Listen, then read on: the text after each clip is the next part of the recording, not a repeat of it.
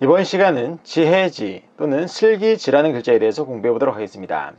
이번 시간을 통해서 여러분들은 지혜지라는 글자가 어떻게 만들어지고 어떠한 뜻을 가지고 사용되는지 정확하게 이해할 수 있으실 겁니다.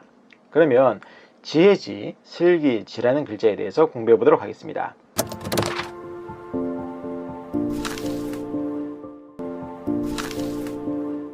지혜지라는 글자를 공부하고 있는데요. 이 글자가 우리의 생활 속에서는 어느 때 사용되는지 한번 살펴보도록 하겠습니다. 먼저 지혜라고 할 때 지자가 바로 오늘 배우는 글자입니다. 그리고 지능이라고 할 때 지자 또한 오늘 배우는 글자고, 지식이라고 할 때 지자도 오늘 배우는 글자다라고 보시면 되겠습니다. 이렇게 보셔서 아시겠지만 오늘 배우는 이 지혜지라는 글자 또한 우리의 생활 속에서 아주 많이 사용되는 것을 알 수가 있는데, 그렇다면 이 글자는 어떻게 만들어지고 어떠한 뜻을 가지고 있는지 살펴보도록 하겠습니다. 먼저 이 글자의 속성을 살펴보면 이 글자의 속성은 형성입니다. 형성 결합에 의해서 만들어낸 글자다라고 보시면 되겠는데, 어떠한 글자들이 결합을 해서 이 지혜지를 만들어냈나 살펴보면 이 글자의 모양을 가만히 보세요. 가만히 보시면 이 글자는 윗부분과 아랫부분으로 나누어 살펴볼 수 있습니다. 즉 위에 있는 글자와 아래에 있는 글자가 위아래로 결합해서 만들어낸 글자다라고 보시면 되는 겁니다. 그러면 이 윗부분에 있는 글자는 어떤 글자냐? 이 윗부분에 있는 글자는 아는 것을 나타내는 알다지라는 형성 글자입니다. 알다지. 자, 무언가를 아는 겁니다. 아는 거. 아는 것을 나타내는 글자다라고 보시면 되겠습니다. 근데 재밌는 것은 이 글자의 음을 보세요. 이 음을 보시면 알다지라고 했으니까 그 음이 지 아니겠습니까? 그런데 오늘 배우는 글자 또한 그 음이 지혜지니까 지겠죠. 그죠? 자, 그래서 이 오늘 배우는 글자의 지라는 음은 이 글자의 윗부분인 알다지에서 왔다라고 여러분들이 이해하시면 되겠습니다. 즉, 그렇기 때문에 오늘 배우는 글자의 속성을 형성 글자라고 하는 겁니다.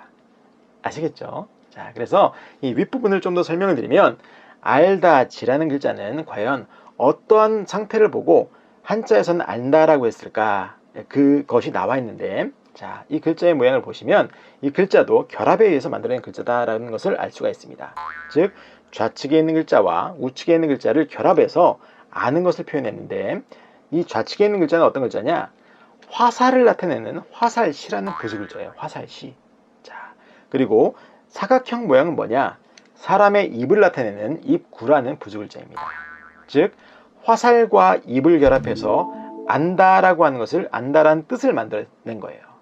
자, 그러면 한자에서 말하는 안다라는 아는 상태는 어떤 상태냐? 바로 누군가 질문을 했을 때 그 질문에 대한 답변을 쏜살같이, 즉 화살같이 빠르게 대답할 수 있는 상태를 보고 안다라고 해서 이렇게 화살과 입구를 결합해서 알다지라는 글자를 만들어낸 것입니다.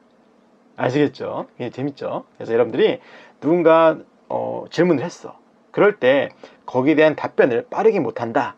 그러면 버벅대거나 머리를 극적이거나 그러면은 거기에 그 정보에 대해서 정확하게 알지 못한다라고 여러분들이 이해하시면 되겠습니다. 아시겠죠? 자, 그래서 이 윗부분은 아는 것을 나타내는 알다지라는 그러한 형성 글자였고, 아랫부분은 그럼 어떤 글자냐? 이 아랫부분은 사람이 말하는 것을 나타내는 가로대 왈이라는 부수 글자입니다. 가로대 왈.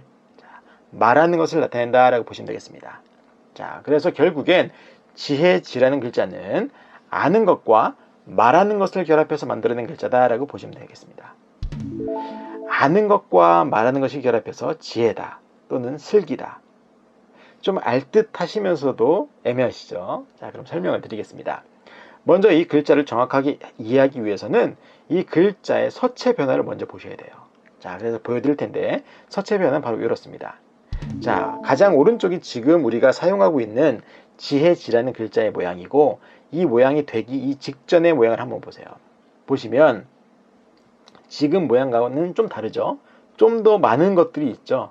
그 중에서 우리가 주목해야 되는 게 뭐냐면 가장 오른쪽 부분에 있는 T자 모양이 글자입니다. T자 모양.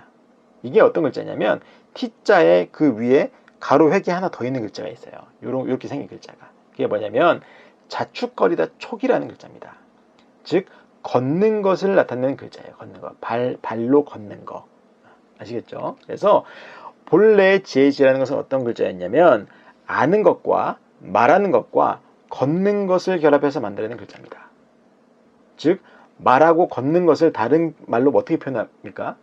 언행이라고 하죠. 언행. 그죠? 자, 바로 그거예요.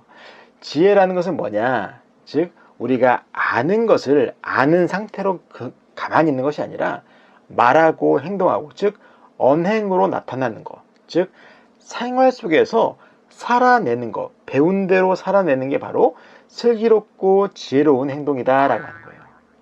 아시겠죠? 그래서 여러분들이 학교에서 배운 지식이든 아니면 종교 활동을 통해서 배운 지식이든 아니면 책을 통해서 배운 어떠한 지식이 있다라면 그것을 머릿속에만 간직하고 있는 것이 아니라 우리의 삶 속에서 그대로 배운 대로 행동할 때, 배운 대로 이렇게 살아낼 때, 그럴 때마다 이 지혜지라는 글자를 연상을 하시면 아주 쉽게 바지가 될 거라 생각이 됩니다.